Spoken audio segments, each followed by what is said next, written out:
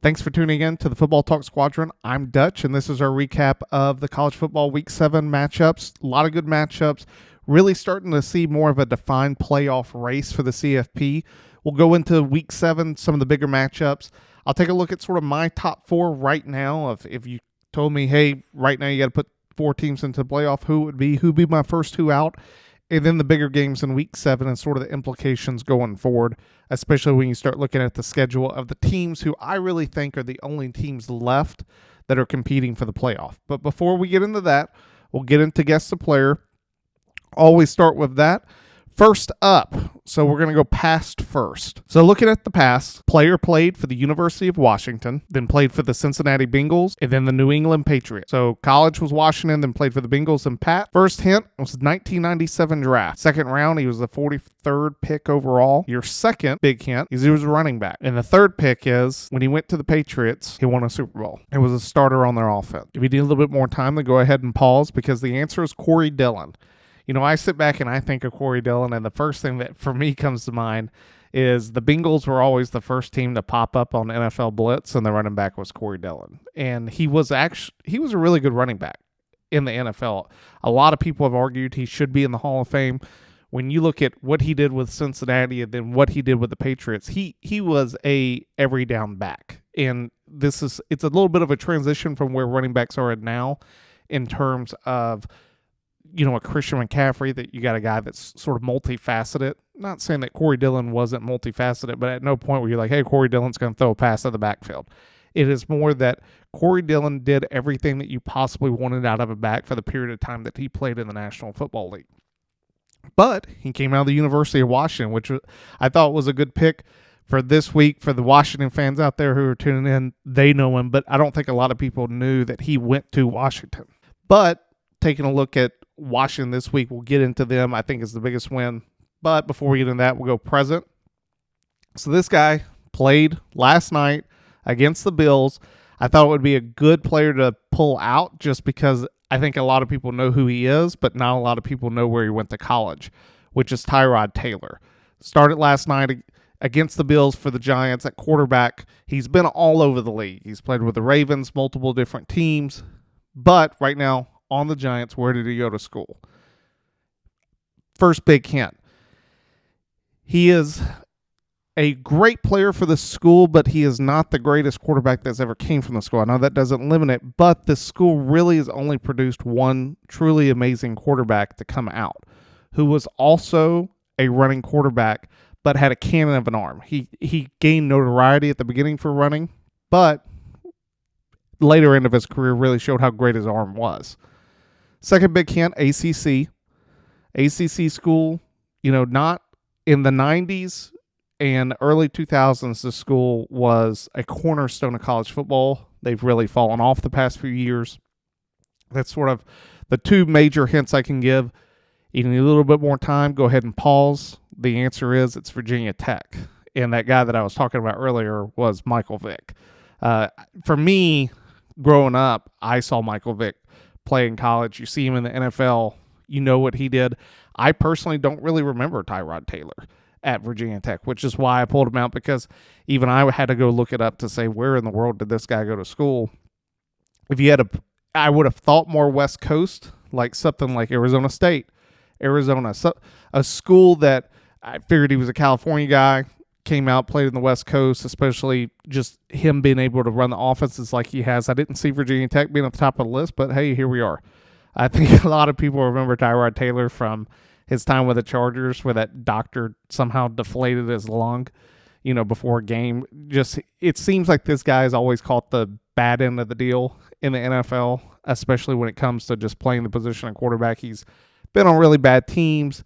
He has struggled just getting some opportunities, but he's made the most of them. And yet again, he was getting another start last night. Could have won. Probably should have got a flag there at the end of the game, but that's more for our NFL episode, not for our college. taking a look at the college. So let's get right into it. Biggest game of the week, as I talked about a little bit a few seconds ago, which was Washington versus Oregon. If you had to sit back and for me to sum up this game, both offenses are amazing. I personally, even though Washington lost, would give Oregon's defense the edge. I really like Oregon's defense. I think that they are a good football team. Oregon had the game.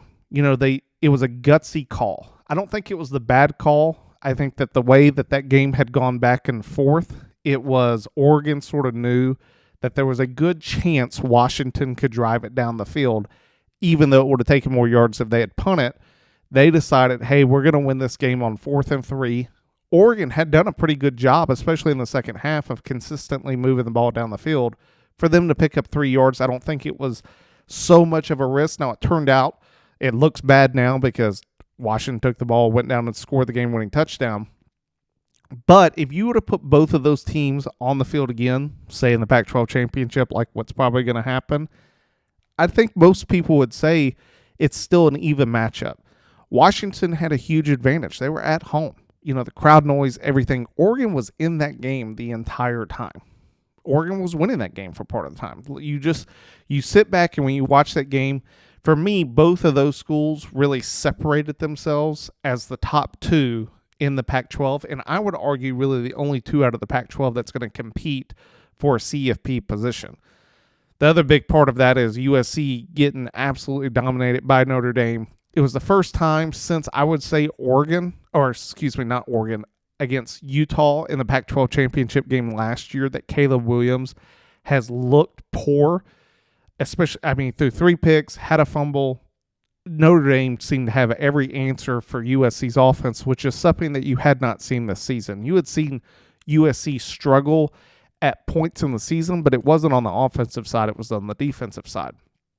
Now, USC's defense did exactly what we thought, which was they gave up 48 points to Notre Dame.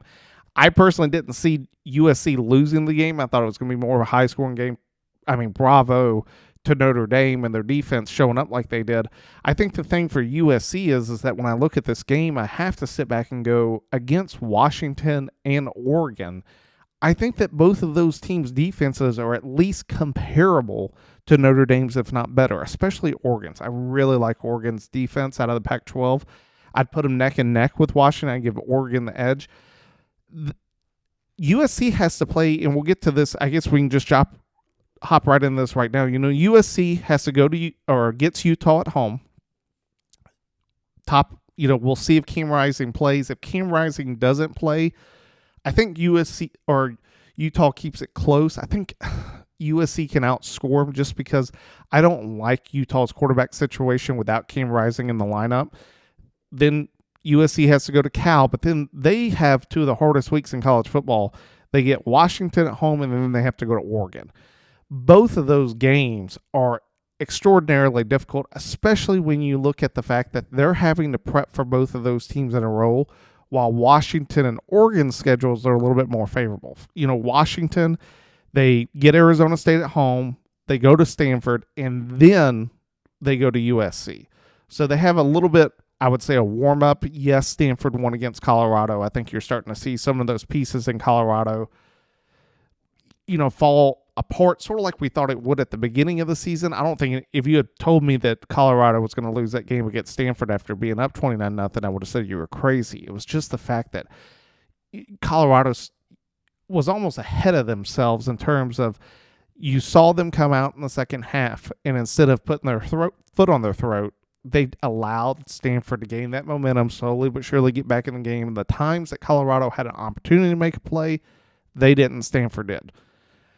Do I think that Washington has a problem with either one of those teams in terms of it being like a nail biter? No. Anything can happen. That's the beautiful thing about college football. But Washington's not having to play bigger teams going into that matchup. For Oregon, they play against Washington State, who surprisingly got blown out by Arizona this past week. They go to Utah, which is a very difficult game. Yes, if Cam Rising plays, just like if it does against USC, completely different matchup. But at Utah is, I know Maul says it all the time about going to Oregon State, it's a different environment. It's an environment that a lot of college guys haven't played in, and when they do, it just makes a difference. Those are two schools that I don't think anyone wants to go play at night. The crowds it's like going to Neyland Stadium against the Vols. It's a different atmosphere when you catch a team at home, especially if it's a night game. I have to imagine that it's going to be. We'll see how it plays out. But for Oregon, they versus Washington State at Utah versus Cal, and then against USC at home. They get USC at home. I expect to see Oregon's defense come out and play very well against USC, especially after what we saw yesterday against Notre Dame. Do I think that Caleb Williams has as bad of a game against Oregon as he did against Notre Dame? No. I think Caleb Williams is a really good player, if not one of the best players in all of college football this year. I think he's the number one overall pick still right now. If you had to put him on the top of the board for the NFL draft, that's still guys are going to take. It's hard to pass up a really good quarterback. It was surprising to see Notre Dame stifle him. I think that Oregon has a really, Dan, the head coach at Oregon, is a very good football coach. He comes out of Georgia. He's come out of Saban's programs. My man knows defense. He is going to have a defensive game plan for Caleb Williams based upon what they saw at Notre Dame. Guarantee you. Do I think that Caleb Williams and Lincoln Riley can overcome that? 100%. The problem is USC's defense. I think Oregon's offense is exceptionally talented. They're one of the better teams in not just the Pac-12, but all of college football, even with a loss. I think that you would put them against, especially most one-loss teams, and give them an advantage. Who am I talking about? One loss, you're taking a look. Hey, Alabama, Texas, both of those schools. And I'd argue that I'd put them against Georgia and that they would beat Georgia, an undefeated school. I think that if you put them on the neutral field against Ohio State or Penn State, even Michigan, any team in college football right now, I would argue that they're neck and neck. They went neck and neck with Washington. All three of those schools are really good. However, out of the Pac-12, it's really a race between Washington and Oregon. And it's really to the Pac-12 championship game. I don't think USC makes it. I think that schedule there at the end is a little too daunting for USC, especially what you're seeing out of their defense. I posted this morning on Bad News Mondays. Every Monday, I post sort of a bad news story of the day, or it may be past, it may be present. Here lately, it's been more past. But Lincoln Riley, since losing last year against Utah in the Pac-12 championship game, has had 5 games that he's given up over 40 points, and that's against Power 5 opponents. He's played 7 times. 5 of those has been more than 40 points.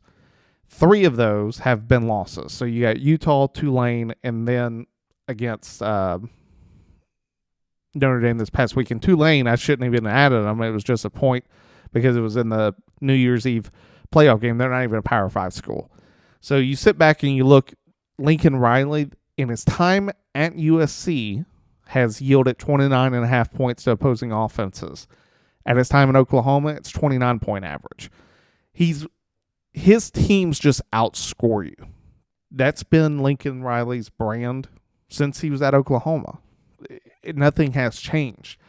I know that most USC fans are calling for a defensive coordinator swap. That's not really going to change anything. I think it's more of a depth with line. You saw it against Notre Dame, that against a physical front, you're having to switch guys in more and out, and they just can't keep up with the second and third level. I think it's affecting SEC teams this year, which is a good transition because we'll go right into the SEC with Georgia. Georgia doesn't look good. They remind me personally of TCU last year. There were moments against competition that you looked at TCU and you go, I don't think this team is a playoff team. Are they good and are they winning? Yes. But are they looking like a national championship team? No. For Georgia, they're lacking depth, especially on the defensive front and especially at the position of running back. When you think about Georgia and how they've won the past 2 years, this is what I will say, and they used Alabama's model when Kirby Smart was there at the beginning. They run the ball. They have a game manager of a quarterback. They're not an air raid team. Did Stetson Bennett play very well? 100%. It's why they won back-to-back national championships. But when you think about, hey, who's airing it out? It wasn't Bryce Young with that type of offensive scheme. It wasn't Ohio State. It wasn't Penn State. It wasn't a lot of different schools out there. It would be more of a Michigan style of team. They are going to run, and they have a quarterback who is good and can make plays, but at no point are you going out the door going, hey, how we're going to win this game is our quarterback's going to throw for over 300 yards and 5 touchdowns. That's not Georgia. Georgia in the past has had very good running backs. You got James Cook, you got Zamir White. You have guys that are playing exceptional football who are really talented at the running back position. This year, Georgia lacks that explosive back out of the backfield. That guy that's, hits the second level and is able to separate himself from the safety and score. Think about this year in terms of Georgia offense. Now, some of it falls on Caleb Beck. Guys are more willing to load the box, or Carson Beck, to say, hey, we're going to try to stop you instead of stopping you, putting a lot of guys back in pass, we're going to stop the run and make you beat us with your arm. Big thing for Georgia this past week is, Brock Bowers going down with ankle injury. Hasn't come out yet to say how bad this ankle injury is. He was able to get off the field. I think it's probably going to be like a high ankle sprain or something to that nature, or he may be out a few weeks. The good thing for Georgia is they don't play anybody for a few weeks. That's really the truth of the matter, is that Georgia right now, I would argue, is in danger of missing the college football playoff, because if teams continue to win out and we have sort of a scenario that's never happened before in which you have multiple Power 5 conference champions who are undefeated, Georgia's on the outside looking in. At no point this season can you sit back and say Georgia has a good win. Yes, they beat Kentucky last week convincingly, and Kentucky was a top 25 team. Should have Kentucky been a top 25 team? Well, they get blown out by Missouri. No. You look at Kentucky's quarterback play. Terrible. Like, he's not a good quarterback in terms of what you're seeing on the field production. Not living up to the standard that you would need in order to win games consistently. Who's Kentucky's best win? Florida. That's not a good win. At no point is that a good win. Florida gets slapped by Utah, and then Utah doesn't look like the same team that you thought they were week one. Without Cam Rising, that's a different football team. And when Cam Rising comes back, you can't sit back and go, well, Florida beat Tennessee. Tennessee's not a good football team. All this stuff, it's sort of, as we talked about, it's why I hate the rankings at the beginning of the year. They're used to justify teams' positions later in the year. You could say the same about Florida State. You look now at their win against LSU and you go, was it a big win for Florida State? 100%. Is it a good win now? Still a good win, but it's not this like huge win that you would sit back and go, man, that win really matters. I'd argue that right now, the best win of all the top teams in college football, it's Washington over Oregon. Name a better team that a team beat than Oregon. It's not Texas versus Alabama, and it's not Oklahoma beating Texas. I would argue that Texas, if you put Texas and Oregon on a neutral field, my money's on Oregon. Plain and simple. I think Oregon's a better football team. When you take a look at who the Big Ten's played, no one yet. Huge game this weekend, but no one yet. Florida State, LSU. That's their biggest win. Georgia, they don't have one. They don't have a big win. And then you take a look at, the other undefeated in the ACC, UNC. Maybe Miami's their biggest win. I don't know if you can really say that after, how Miami played against Georgia Tech there at the end. Outside of that, Washington has the best win. So for Georgia right now, they have to win out. They have to win out. There is no other option for Georgia. Any stumble along the way, Georgia's out. The only other team in the SEC who could make it in is Alabama. This is why. They have one loss. Do I think that Alabama makes it in?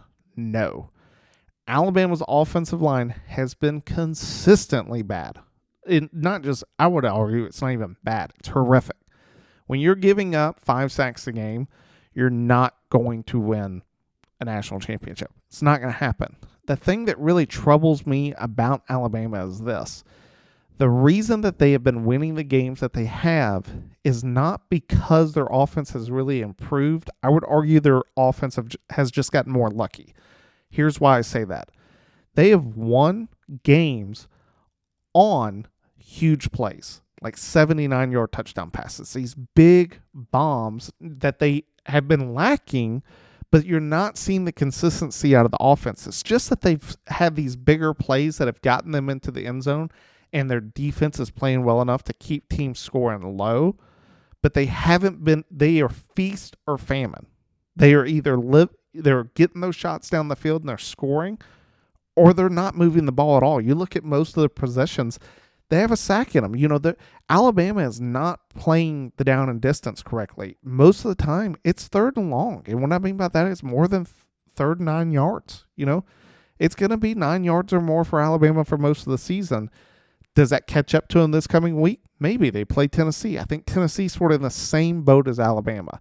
They live or die based upon can they make those big plays down the field. If they are able to hit those big bombs, whichever team does that better against Alabama and Tennessee, that's the team that's going to win, period. And it's because both defenses are playing well. I think both defenses get after the opposing quarterback. It's just a matter of who hits the better pass.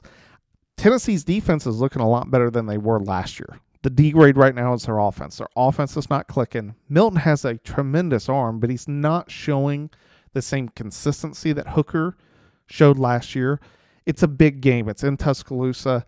I would have to give the edge to Alabama, but right now Vegas has got it at a 9.5 point being Alabama favorite. I'm picking Tennessee with a spread all day, every day. If not to just win outright, I think honestly, if you maybe put money on it, I'd probably pick Tennessee.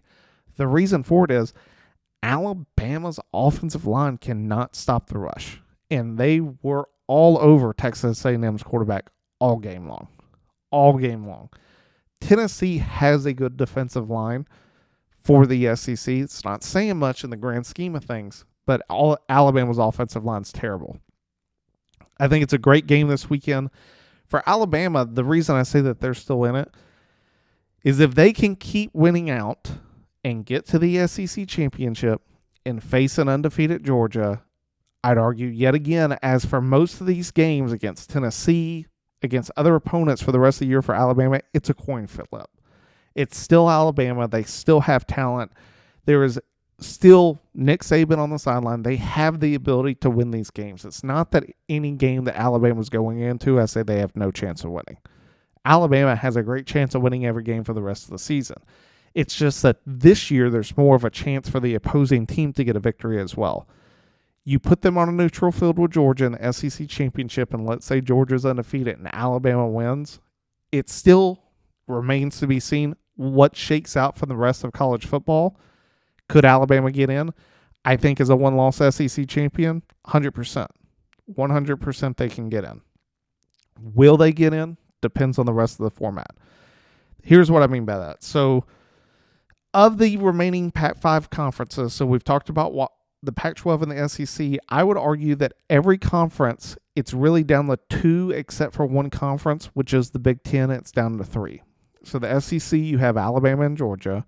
The Pac-12, which we've already talked about, you've got Washington and Oregon. The Big Ten, my 3, Penn State, Michigan, and Ohio State. For the Big 12, it's between Oklahoma and Texas. And then the ACC, it's between Florida State and North Carolina. Those are the only schools, in my opinion, that can reach the college football playoff. That's it. Outside of those teams, no one's going to be having the record or the wins to put themselves into the conversation. Now, you can sit back and say USC. Yes. If USC wins out, are they going to probably be in the conversation? 100%. Based upon their defensive play, however, I don't see that happening. I think they're going to drop to either Washington or Oregon, and in my opinion, they're going to drop to both. I think they're going to lose both of those games. Both of those offenses are too dominant to not put points up against USC's defense. Plain and simple. USC is going to lose both of those games. Just my opinion, but that's who my teams are right now. When you take a look at the Big Ten, we'll just jump into them. They have the biggest game of the week. It's their Oregon-Washington game to really start to tell who are these two teams, because Penn State plays Ohio State. It's at Ohio State. But it's not an evening game. It's a 12 o'clock kickoff, which I think helps Penn State. It's going to make it so that Penn State is not going to have to go into an environment. It's still going to be loud. It's still Ohio State. I'm not saying that it's not a hard environment. It just changes the landscape when it's not at night. You watch a Penn State game at noon, or you go to a whiteout game at night. Let me tell you, that whiteout game at night is unreal loud. Like, it is a completely different atmosphere for teams. We're going to find out how good is Penn State's offense and how good is Ohio State's offense. That's what I'm looking for. I'm looking to see, is this going to be a shootout game, or do both defenses control the narrative of the game? The only big defense that Ohio State has played this year is Notre Dame. They only scored in that game, I believe it was 17 points. Let me take a quick look just to double check what I'm saying. But, yeah, against Notre Dame, it was 17-14. 17 points against Notre Dame. Penn State, when you take a look at their offensive production for this year, is well above that. You know, you're taking a look at a team that over the course, just look at their last 5 games. 63 points, 41, 31, 30, 63 points. Yes, the 60s game against Delaware and UMass. But from the standpoint of this is a good offensive team, they are that. It is a rivalry game. Anything can happen in these games. It's really going to shape up. No, I've talked about this for a few weeks now. It's probably fallen on deaf ears. This game really sets up and defines the following matchup. If Penn State can win this game, it will be so much more to their advantage playing Michigan at home. It will completely change the landscape to that game. Because if Penn State loses to Ohio State, then they need Ohio State to lose 2 games to be able for them to go to the Big Ten championship game. It's not going to happen. Ohio State's not losing 2 more games. The only game they could possibly lose to is Michigan. That's it, when you look at the rest of Ohio State's schedule. So Penn State needs to win this game to force the conversation against Michigan. That stadium, Beaver Stadium, would be unhinged playing Michigan undefeated, both of those schools, really with the ticket for Penn State at the time to go to the Big 12 championship game. And I don't know who they're going to play from the opposing side of that, but I can tell you right now, that team doesn't have a chance. The other division is trash. Plain and simple. It's between those 3 teams. For Michigan, for Ohio State, it just sets up the game with Michigan. If they can beat Penn State, then the only thing standing between them is Michigan. Their schedule, there's no one else. It's the exact same thing. They might as well be playing the Big Ten championship every single week because they're playing an opponent who doesn't have a reason to be there. It's that simple. For Michigan, however, you take a look at them. For me, I'll just go ahead and get to this real quick. My number 1 team of my rankings right now, top 4, is Washington. Washington has the best win. I think they're the best football team right now. When you take a look at them, the win versus Oregon, them as an overall team, I think it would be hard pressed to not put them number 1 in the polls. Number 2 is Michigan. Here's why. You may sit back and go, well, they haven't really played anyone. You're taking them, you're putting them over other undefeated teams who have played, like Florida State or Oklahoma, Penn State, Ohio State. Why are they your number 2 team? Here's why. They're 7-0. In 6 of those games, Michigan has allowed 7 or less points. In the only game that it scored more than 7 points, it was 10 points to Minnesota. Their defense has shown up every single game this year. That's why. When I take a look at Michigan, you have to be willing to say that their performance defensively has been one of the best in all of college football this season. Have they played many teams? No. Neither have some other teams. I mean, Georgia just gave up 20 points to Vanderbilt. I did not think that Vanderbilt had a chance to score that game, but Vanderbilt was leading 7-0 at the beginning. That's the difference. Like, for me, when I sit back and I'm looking at rankings, I go, you have to, if you're going to sit back right now, the AP poll still has Georgia number 1, which blows my mind. You have to look at what Michigan has done, is not say that you got to give them, credit. 6 of their games, less than a touchdown or less. Gave up 3.76 and then 777s. And that's it. Like, 2 of the games were just 2 field goals or 3 field goals total. Like, that is a great defensive performance by a team. That's why Michigan's number 2 in my book. The Penn State, Ohio State, where would they be for me? It's in a tie for 4th. If you had to make me pick right now, it's Penn State. And it's because Penn State has been more consistent offensively than Ohio State has. You've just seen troubles out of Ohio State's offense that you didn't think that you would see. They have incredible talent on the offensive side, especially at the wide receiver position. The best wide receiver in all of college football, and Marvin Harrison Jr., especially when you're looking at next year's NFL draft, they haven't lived up to the production that you're wanting to see. Penn State has. Who's the number 3 team? So you got Washington 1, Michigan 2, Penn State, Ohio State at 4 and 5, respectively. My number 3 team, Florida State. Why? Yes, the LSU matchup doesn't mean as much now. Yes, the Clemson matchup doesn't mean as much now. However, both of those schools are better than anyone else that Penn State or Ohio State has played to this point. Yes, Ohio State beat Notre Dame. I get that. You went to a tough environment and you won. That loss or that win is the equivalent of Florida State beating Clemson. Fight me. Like, both of those games are the exact same. Yes, Notre Dame's getting a better rating. They beat USC. Notre Dame also lost to Louisville. And they were just a few plays away from losing to Duke. Louisville now doesn't look good because they lose to Pitt the following week after beating Notre Dame. There are times in those games that you sit back and you go, I don't know if Notre Dame's as good as everyone thought they were. Now, we sort of knew going into it that USC's defense wasn't going to be there. I mean, they had Notre Dame as a 3-point favorite over USC. Think about that. That should tell you all you need to know about the quality of that win in terms of the eyes of, Vegas. Vegas has a top 10 team being an underdog to a team that just got beat by Louisville. Those are some bigger numbers that you're sitting back and how, especially when money's on the line, how does the team get viewed through the lens of Vegas?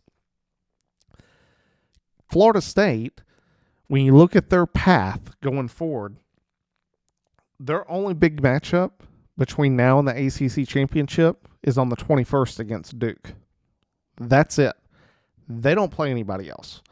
Yes, they played like at Florida, Wake Forest, but let's be honest, those aren't football games. Those are just, ultimate chaos moments of those are your struggle weeks.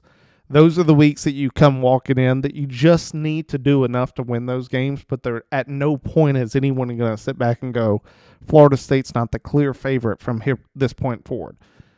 Florida State's only matchup is against UNC. When you take a look at UNC, their schedule it bodes favorably for them to meet Florida State in the ACC title game. UNC plays Virginia, at Georgia Tech, Campbell, which that's more of a, physician's assistant school, physical therapy school, than it is a football school. November 11th, they play Duke, then at Clemson and at NC State. They have a hard 3 games at the end of the season. Yes, Clemson isn't the same Clemson of years before. Going to Clemson, as you saw with Florida State, it's still a hard schedule. Going to NC State, still a big game. Against Duke, it's still going to be a big game. I do think that those are the 2 schools that could meet up undefeated in the ACC at the end. It's why Florida State has that edge right now. My number 6 team, if you had to make me pick, which is out of the final conference, is Oklahoma. Oklahoma, the reason that they're following this, yes, they have a big win against Texas, but I think that everyone would sit back and go, I just don't know who these teams are. How good is Texas and Oklahoma? Yes, Texas beat Alabama. It's not the Alabama of yesterday. They are not a good football team. I think everyone realizes that. And going into the fourth quarter, Alabama was winning the game. You just sit back. Texas made plays, made interceptions, pulled away late. But you sit back and you go, outside of that game, who has either one of these schools played? No one besides themselves. And if they both meet up for the Pac-12 or for the Big 12 championship game, the only major win they're going to have against, again, is the other team. The same team that they either Oklahoma's going to beat Texas again and have 2 really good wins over Texas, or Texas is going to be able to say, the only loss we avenged against Oklahoma. But outside of that, we've played no one. You can't sit back and say, hey, we beat Kansas. Kansas just lost to Oklahoma State. It's showing that these games and these rankings, they don't matter. Like, they don't. Whoever is just funneled into that, I'd argue that number 15 through number 25 ranking in the top 25, it doesn't matter. It's just a wash cycle to get teams better wins that you can say, oh, well, they beat the number 23 team in the nation. Well, did they? Did they really? Like, were they really the number 23 team? Or were they just in there for a week and the next week they're out?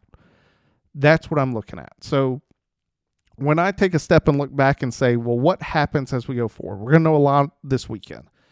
Penn State, Ohio State, who's the victor? If it's Penn State, it sets up a monumental matchup in Beaver Stadium against Michigan. If Ohio State wins, it's just the game at the end of the season.